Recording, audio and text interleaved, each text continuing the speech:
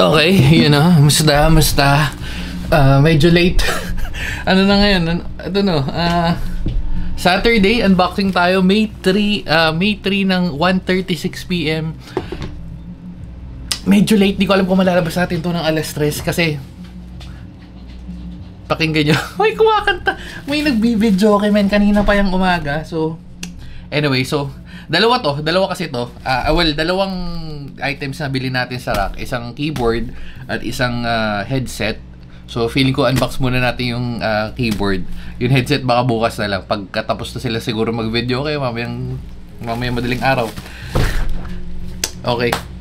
Dahil kumakanta sila, baboyan natin sila ng... Ito nga yung keyboard ng River Maya. Kasi tatawa na lamang at ba't hihikbe ang aking damdamin, pinaglalaruan ng baliw at ng bula. Ay. Ano yun? Ang dami namang commercial. Kasi habang pag-ayos ako dito, nagtatakbuhan yung mga butso ko eh.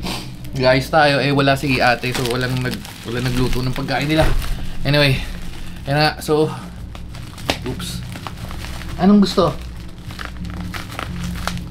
Ayun, grabe yung cover na. Hindi na.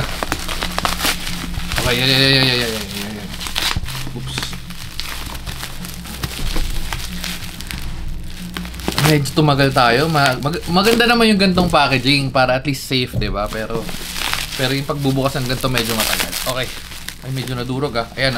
Pansin nyo, medyo durog. Oops. Ito yung isa nating nabili. Yung headset. Yeah. Pero bukas na to. Or mamaya pagkatapos ng mga nilang kantahan. Yan. So, Limaya Plus bukas to or next video.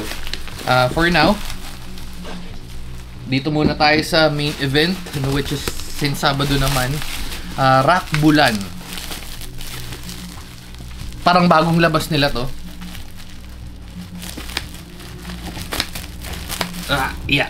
Bagong labas nila to, and medyo matagal-tagal na rin hindi tayo nakapag open ng 87 keys. 87 keys to, di ba? Oh, actually 82 lang siya. Wala na, yan lang yun, bulan. Bilhin natin to, Yeah. Magkano bilhin natin sa bulan?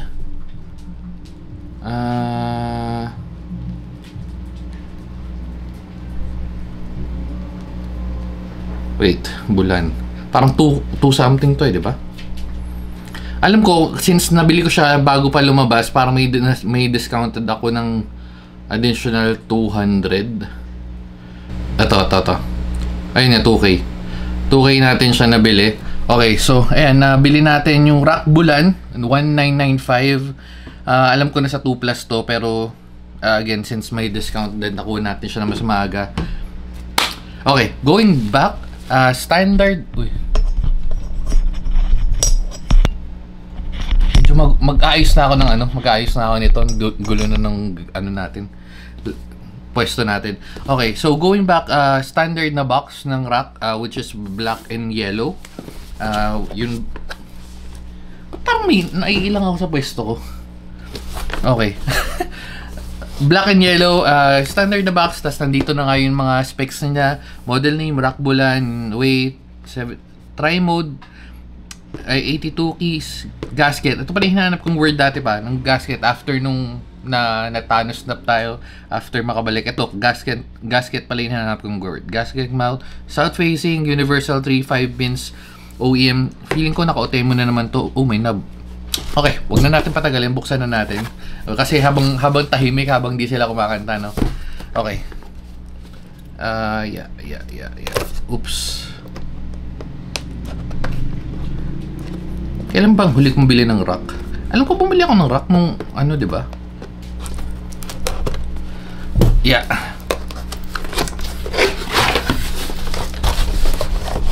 Okay. Meron na silang pag ganito. Ewan ko if ito na yung bago nilang bukasan. Pero kasi medyo weird. Nakabukas ng gano'n, tapos bubuksan mo pa ng isa. I don't know. Okay, so ito yung keyboard. And then meron kang extrang switch. Mamaya na natin to bubuksan. Or nandun naman yan malamang, red to and linear. And then keycap puller. Tapos standard na USB-A, USB-C. At syempre may user manual na check na natin kasi malamang may makakawala sa inyo. At malamang mawala ko. Ito sa hanapin nyo, ito na yun. Balikan nyo na lang tong video na to, nandito to. Okay, so rock bulan. Yun, silicone, cotton, PET sound pad. IP_4 sandwich switch. Okay. So ito yun. Ito na yun. Pause nyo na lang. Pero ito na yung quick manual nya. FN. Yan. Okay. Punta na tayo sa keyboard. Alauna. Alas 2. Hoop! Uy, maganda. Ayun, nakakapeke siya. Nakakapeke. Plastic, pero parang aluminum. So, okay. So, check natin yung kombinasyon na yun. Maganda pinapakita nyo, Rock. Okay. Oops. Mali sa pwesto ko eh. Kailangan ko talaga ayusin to. Siguro mga susunod na video or... so busy tayo. May mga lakad-lakad kasi tayo min eh. Anyway. So, ito nga sinasabi ko. Aluminum feels, or aluminum looks. Pero syempre, plastic siya. Ayun no. At dahil dyan, mabilis sa thumbnail. Parang aluminum. Itong finish na to. Ang ganda oh. Ang ganda ng pagkakagawa oh. Kita niyo may parang ganito yung sa aluminum, di ba? Ito. Hindi ko sure kung nakikita ng eksaktong nasa camera, pero sa pagtingin ko parang ayun oh. Okay. So sa ilalim, uy, medyo weird lang tong. Okay na sana, kaso medyo weird ang kapal ng font nila. Although ayos lang naman, not a big deal. Yung sinasabi ko lang is parang masyadong malaki. Tapos sana naka-emboss kasi nakaangat eh, diba? Yung nakabaon na para kasi matatanggal to eh, print out lang yun. Anyway, so dual kickstand. Ay, kunat. Okay. Kabila. Medyo matigas siya sa normal pero ayos lang. And ito na yung kasama niyang dongle, magnet ba? Magnet. Okay, magnet. Tapos may stopper. Manipis tong stopper na to, pero ayos lang. Kung trip mo hindi masyado nakaangat, pwede to. Pero syempre, pwede ka naman magpalit. Anyway, so yan. Yung sa ilalim, sa gilid, sa taas, nandito yung medyo middle na USB-C. Gilid, walang pailaw, wala nang pailaw. Ilalim, eto, rack. Ito, di ko alam kung parehas yung nagprint pero mukha nagprint nito tsaka dito kasi itong kapal ng font na to. Ito yung mga parang bagong kakalabas lang sa printer tapos ang kapal pa ng ink. Okay. Yun, basic na lang, basic na keyboard, basic na itsura. Pero pag titingnan mo sa malayo, aluminum eh. Ayun oh. Nakakapeke. Pero meron kang knob. So, sound check tayo, sound check. Hindi masyado maganda.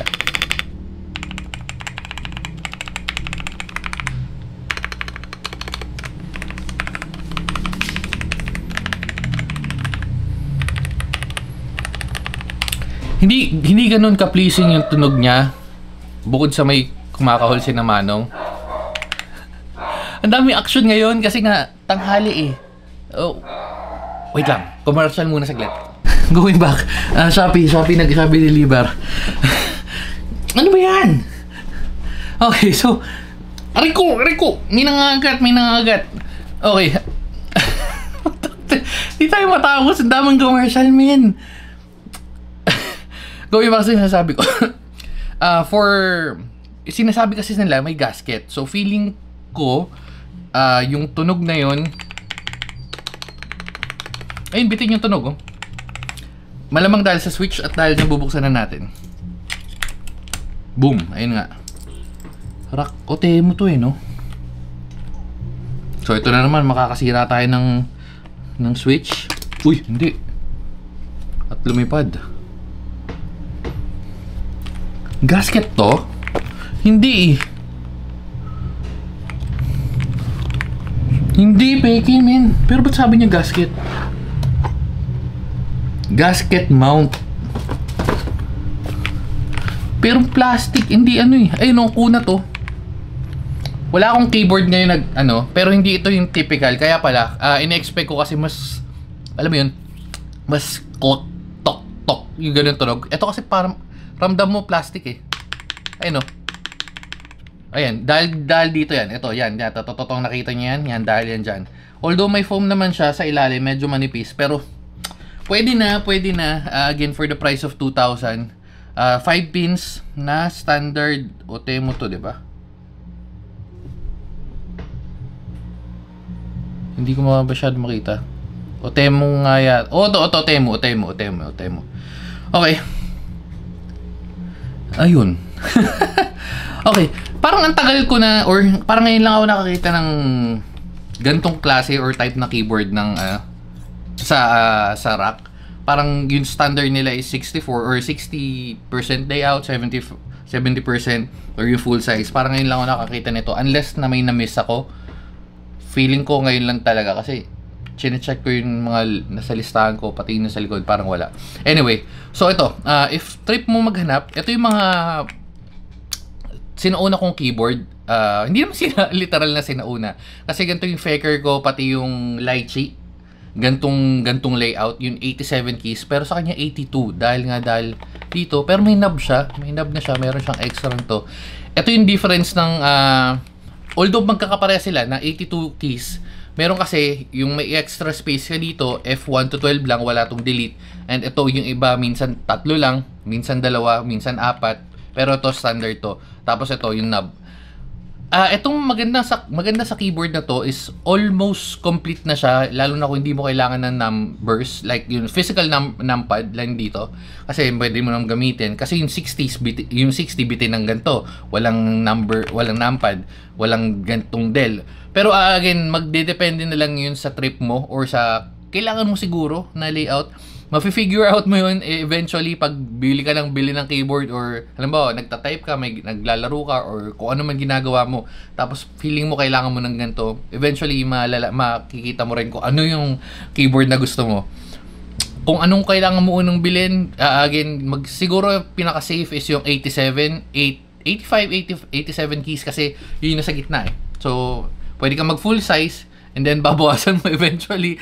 So, ayun, depende na rin sa budget, syempre. Magastos tong keyboard na to, pero kasi nakaka-enjoy siya bilhin. So, pero going back dito sa Rock Bulan, ang ganda ng itsura niya, promise. Ang ganda ng itsura niya. Nabitin lang tayo sa tunog. Pero type, ay shit. Magano lang tayo. Simulation, hindi ko nandun pa sa bag, maglalabas pa ako, tatagal tayo. Pag simulation na lang tayo, pakinggan nyo na lang. At saka may kanakanta rin naman kasi hindi nyo masyado makikinig. So magda quick brown fox na lang tayo. Game.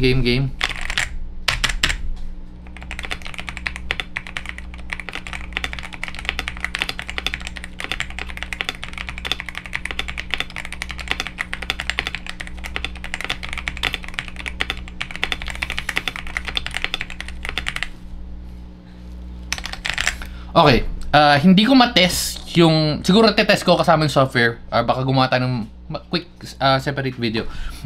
Yung typing feels maganda kasi alam ko, nabanggit ko dun sa last, bitin yung ganito, OEMs or Cherry, pero bitin tong keycaps na to, yan. Ito medyo mas makapal. Pag nilapat mo yung kamay mo or daliri mo dyan, ayun, sakto. May mas maliit na keycaps, although magkakapareha sila ng itsura, pero ramdam mo meron talagang bitin. Tsaka, ayun, may, alam mo yung may onting spacing. Tulad nga sabi ko, pag may mga keyboard ka na mapapansin mo yun. Pero again, for now, judgment natin dito. Actually, goods siya for 2K. Kung i-upgrade natin yung Switch, unless siguro may mag-request na, kasi maganda eh. Para sa akin, maganda tong itsura na to. Gray, combination ng gray, cream, and then may onting slight gray, dark gray, light gray, tas cream. Ganda ng kombinasyon nga ng kulay niya. Hindi ko na ito pabayatan yung keycaps. Goods na ako dyan. Yung Switch talaga. Pero again, out of the box, gagana naman to. For the price of 2,000, palag-palag na. Switch lang talaga ang although yun nga, yun naman talagang naging problema ng mga ng mga pre-built. Hindi lahat, pero kadalasan ng nasa 2,000, 2,500 below, ito talaga medyo mas budget yung medyo budget yung switches. Which is understandable naman.